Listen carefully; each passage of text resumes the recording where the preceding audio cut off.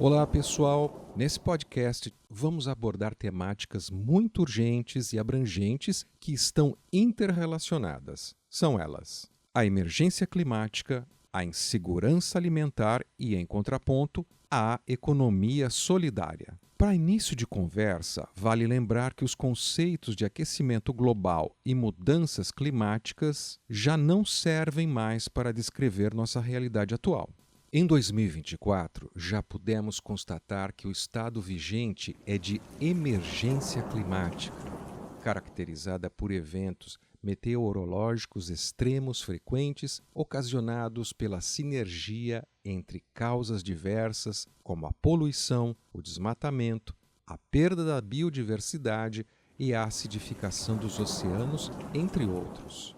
Vale destacar também a contradição entre agricultura, que tem em seu cerne a cultura, e o agronegócio, relacionado ao capitalismo, desigualdade, exploração e degradação ambiental. Somente a agricultura industrial, dentre os diversos setores da economia, contribui com cerca de 25% a 30% das emissões de gases de efeito estufa. Os circuitos de abastecimento desse modelo são longos e consomem grandes quantidades de combustíveis não renováveis, tornando ainda mais grave o quadro atual de emergência climática e comprometendo a capacidade mundial de produção de alimentos. E, para além disso, segundo o relatório da Organização das Nações Unidas para a Alimentação e Agricultura, FAO, cerca de 29,6% da população global, o equivalente a 2,4 bilhões de pessoas, estavam em situação de insegurança alimentar moderada ou severa em 2022. Isso demonstra que o modelo agroalimentar capitalista industrial falha sistematicamente em alimentar as pessoas. Assim, partindo da premissa que o capitalismo já prescreveu e que seu modelo se denota socioambientalmente inviável, a economia solidária se apresenta como uma alternativa inovadora. E para saber um pouco mais sobre essas temáticas, vamos agora ouvir breves relatos de 5 ativistas nas causas socioambientais atuantes em cooperativas e organizações da sociedade civil que estão participando do curso da Universidade Aberta à Economia Solidária, desenvolvida pela Unifesp, Universidade Federal de São Paulo.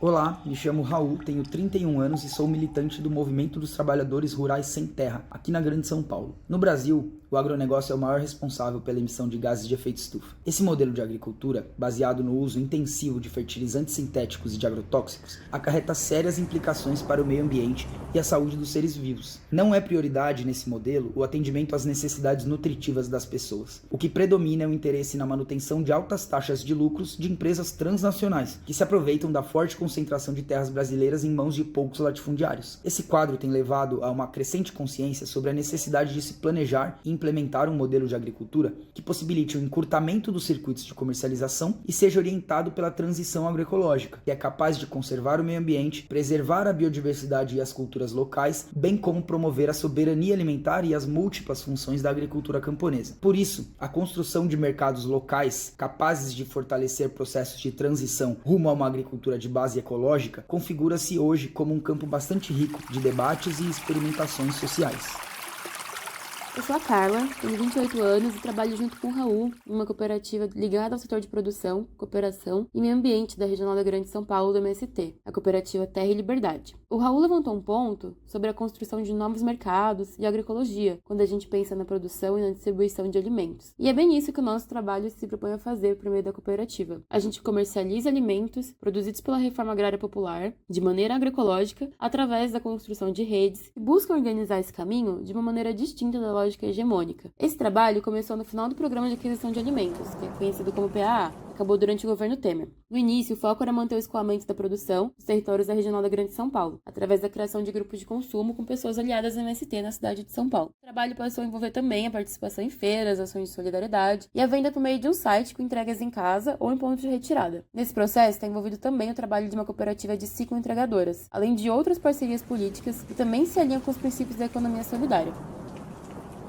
Meu nome é Renato, tenho 58 anos e há aproximadamente 10 anos venho atuando em projetos socioambientais realizados por organizações da sociedade civil. Além disso, tive uma experiência de participação em conselhos representativos nas áreas de meio ambiente e segurança alimentar e nutricional. Assim como o Raul e a Carla, entendo que a agenda da alimentação tem uma enorme importância no contexto atual de iminente colapso climático. E por isso, considero importante atentar para o aproveitamento integral dos alimentos, pois segundo o relatório do PNUMA, em 2022, mais de 1 bilhão de refeições foram desperdiçadas diariamente e, por conseguinte, devido a enormes falhas na destinação adequada dos resíduos orgânicos, todo esse material em decomposição ainda contribui para a emissão de gás metano, aquecendo ainda mais nosso planeta. Essas falhas e lacunas são frutos de um sistema capitalista neoliberal que privilegia o lucro imediato e não contempla as externalidades e custos ambientais. Entendo que a economia solidária, por meio de uma abordagem mais justa e holística, seguindo os princípios da autogestão, seja um caminho alternativo para a geração de trabalho e renda de forma mais inclusiva e sustentável, e milito para que essa nova economia seja cada vez mais adotada como alternativa ao capitalismo. Milito também para que o conceito de cidadania seja melhor assimilado e que as pessoas se envolvam nas decisões das políticas públicas, participem dos conselhos e votem de forma sempre mais consciente.